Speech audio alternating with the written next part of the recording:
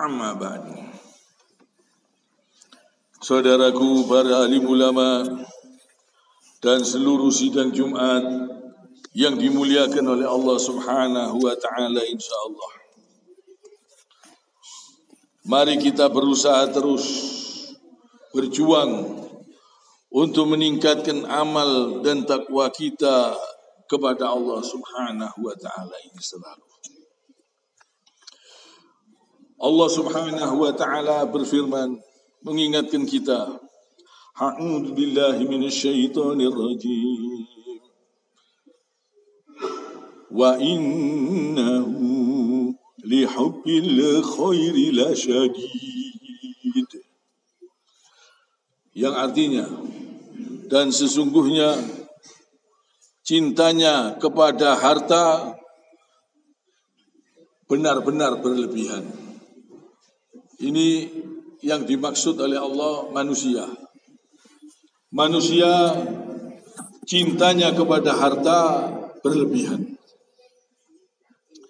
Jadi kehidupan di dunia ini penuh dengan kepalsuan. Namun manusia menyintai harta berlebihan. Manusia bakal mati dan bakal masuk di dalam kubur. Namun cintanya kepada harta berlebihan. Coba kita renungkan. Seluruh para sahabat Rasul Sallallahu Alaihi Wasallam itu mereka juga mencari nafkah, juga bekerja, juga mengumpulkan harta. Namun mereka tidak mencintai harta berlebihan. Mereka bagi-bagikan untuk perjuangan Islam. Mereka amalkan sebelum mereka wafat. Mereka itu hidupnya sangat sederhana. Bahkan Abu Bakar As-Siddiq seluruh hartanya dibawa kepada Rasulullah Shallallahu Alaihi Wasallam untuk diamalkan, untuk perjuangan Islam. Seluruh hartanya itu padang pasir tertutup debu. Kalau untanya Abu Bakar As-Siddiq ini lewat, itu padang pasir tertutup debu, saking banyaknya, ribuan. Itu disumbangkan semuanya kepada Rasulullah Sallallahu Alaihi Wasallam. Kata Rasulullah, "Hei Abu Bakar, bagaimana anak dan istrimu?" "Cukup Allah, aku serahkan kepada Allah. Cukup aku tinggalkan Allah dan Rasulnya." Ini imannya orang-orang di zaman Nabi. Luar biasa iman mereka. Mereka tidak menimbun harta. Sehingga mereka wafat, mati dalam keadaan tidak memiliki harta. Rasulullah Shallallahu Alaihi Wasallam banyak hartanya, rampasan perang. Itu banyak, namun dibagikan semua. Sehingga rumahnya sangat sederhana, kehidupannya sangat sederhana. Hidupnya dalam keadaan pas-pasan. Ini mereka. Bahkan Nabi Muhammad Sallallahu Alaihi Wasallam berdoa, "Ya Allah, hidupkan saya dalam keadaan miskin, matikan saya dalam keadaan miskin, dan kumpulkan di akhirat bersama orang-orang miskin." Coba, kalau kita mungkin tidak berani berdoa seperti itu. Beliau berdoa minta dikumpulkan dengan orang-orang miskin. Sedangkan orang di akhir zaman ini berebut harta, rebutan harta, rebutan kekayaan, bangga-banggaan, sombong-sombongan dengan hartanya, dengan ATM-nya, sombong-sombongan dengan mobilnya, sombong-sombongan dengan rumahnya, dibuat sombong. Kalau di zaman Rasul Sallallahu Alaihi Wasallam, mereka lebih mencintai akhirat, mereka lebih mencintai Allah daripada dunia ini. Coba kita renungkan. Nabi ingin dikumpulkan bersama orang-orang miskin. Kadang kita sepilihkan orang miskin, kita hina. Kita sepilihkan. Kadang orang-orang yang kaya, banyak hartanya dihormati, disanjung-sanjung, diagung-agungkan, dianggap sukses, dianggap berhasil. Ini kehidupan di akhir zaman.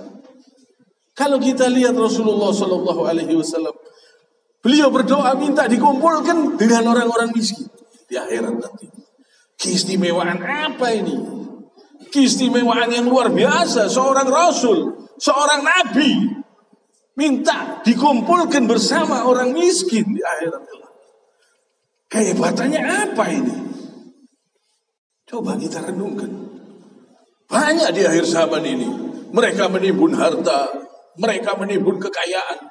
Tidak mau diamalkan, disimpan terus.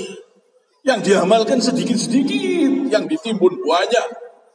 Ingin berjumpa Nabi, ingin berjumpa Rasul. Rasulullah kepingin berjumpa, dikumpulkan dengan orang-orang miskin di akhirat kelak. Rasulullah yakin kalau orang yang beriman, bertakwa kepada Allah Subhanahu wa taala, itu dijamin rezekinya, dicukupi oleh Allah. Walaupun hidupnya pas-pasan. Yakin Rasulullah. Walaupun berdoa seperti ini, yakin rezeki diberi oleh Allah. Mereka diberi kekayaan, diberi rezeki. Bahkan berdoa mencari rezeki juga tidak apa-apa. Tidak dilarang. Cuma rezeki itu digunakan di jalannya Allah. Bukan ditimbun. Ditimbun sampai mati. Meninggalkan harta yang berlimpah-limpah. Akhirnya yaumul hisab. Lama penantian di hari yaumul hisab. Perhitungan hisab. Orang miskin 500 tahun lebih dulu masuk surga dibandingkan orang-orang kaya. Orang-orang kaya nunggu lama hisabnya, yaumul hisab. Dihisab hartanya, walaupun hartanya itu halal. Yang dia dapat itu halal. Dia menunggu 500 tahun orang miskin masuk surga lebih dulu dibandingkan orang-orang kaya. Coba kita renungkan. Sebenarnya kemiskinan, hidup pas-pasan itu nikmat sebetulnya. Kalau kita bersyukur, kalau kita bertakwa, kalau kita ikhlas menerima, itu jadi nikmat. Itu sesuatu keindahan, sesuatu nikmat yang akan diangkat derajat di akhirat kelak, yang akan memperoleh kedudukan yang tinggi. Kalau kita miskin, bertakwa kepada Allah, kita yakin rezeki dari Allah itu banyak. Mata kita rezeki, tangan kita rezeki, kaki kita rezeki, hidung kita, semua kita masih bisa bernafas. Ini rezeki semua. Rezeki itu bukan cuma uang. Coba kita renungkan. Orang yang bersyukur, miskin sabar, miskin taat kepada Allah. Ini luar biasa. Rasulullah Shallallahu Alaihi Wasallam sampai minta dikumpulkan dengan orang-orang miskin. Kehebatan apa ini? Coba kita pikir, kita renungkan. Mari kita bertakwa kepada Allah dalam segala keadaan. Kita ini harus bersyukur kepada Allah Subhanahu wa ta'ala. Jangan sampai sudah miskin mursal. Sudah dunia sengsara, di akhirat sengsara lagi tambah parah. Ini jangan sampai. Kita harus bersyukur, alhamdulillah. Kita harus bersyukur selalu kepada Allah Subhanahu wa ta'ala. Mungkin kita mau diangkat derajat yang tinggi, diberi kedudukan yang tinggi, diberi keistimewaan yang besar. Kita tidak tahu rahasia Allah Subhanahu wa ta'ala. Kita syukuri saja, alhamdulillah. Sholat 5 waktunya, usahakan dikerjakan, bersyukur kepada Allah. Jangan sampai dikasih miskin, buyar sholatnya. Gak mau sholat. Allah kok begini, saya sudah sholat, keadaan saya masih pas-pasan gini terus. Kadang mengeluh, geremeng, buyar sholatnya. Ini jangan sampai. Jangan sampai. Kita sholat harus ikhlas. Karena Allah, bukan karena harta. Bukan karena harta. Bukan karena harta. Kita sholat karena Allah. Jadi usahakan betul-betul kita bertakwa kepada Allah Subhanahu wa ta'ala. Orang yang bertakwa, orang yang beriman, diberi apa saja. Jadi kebaikan. Jadi menyenangkan. Jadi membahagiakan. Ditipu orang pun itu jadi amalnya di akhirat. Orang yang soleh, orang yang beriman, orang yang bertakwa kepada Allah Subhanahu wa ta'ala, ditipu orang masih senang, bersyukur, alhamdulillah. Kenapa?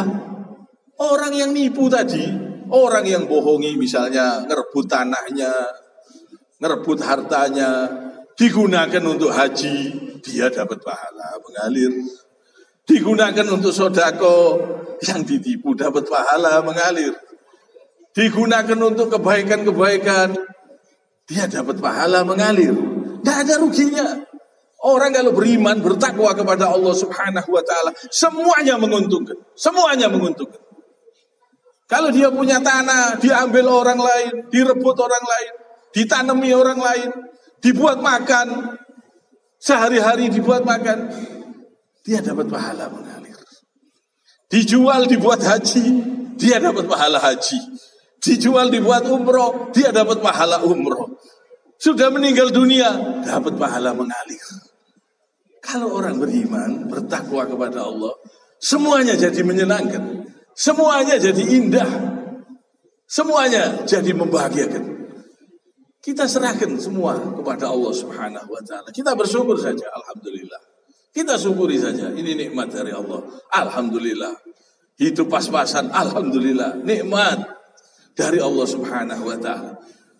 Walaupun kita minta kekayaan, tidak apa-apa. Nanti mungkin dikabulkan di akhirat. Itu suatu nikmat. Kalau kita dikabulkan di dunia, gunakan di jalan Allah. Sebelum wafat, bagi-bagikan.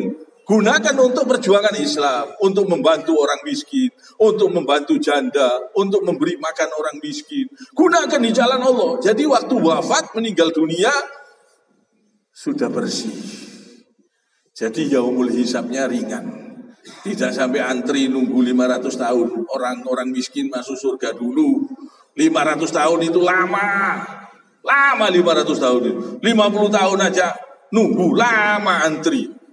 Apalagi ini manusia satu bumi. Antri, orang-orang miskin sudah naik di surga. Pesta-pesta di surga. Orang-orang kaya masih antri. Nunggu 500 tahun. Allahu Akbar. Sebetulnya semuanya itu nikmat. Diberi harta pas-pasan itu nikmat. Disyukuri. Alhamdulillah. Alhamdulillah. Semua itu keindahan. Walaupun manusia di zaman akhir ini banyak yang menghormati orang kaya. Orang kaya disanjung-sanjung, dipuji-puji, dihormati, ditaati. Ya ini aneh. Tapi orang miskin belum tentu dia itu tidak lebih mulia. Mungkin dia lebih mulia dari orang kaya tersebut. Tapi orang miskin yang beriman, yang bertakwa kepada Allah Subhanahu wa ta'ala, yang mengerjakan perintah-perintah Allah, yang menjauhi larangan Allah Subhanahu wa ta'ala, ini insya Allah dengan kesabarannya, dia sabar. Kehidupan yang pas-pasan ini dia sabar. Dia memperoleh kedudukan insya Allah di sisi Allah.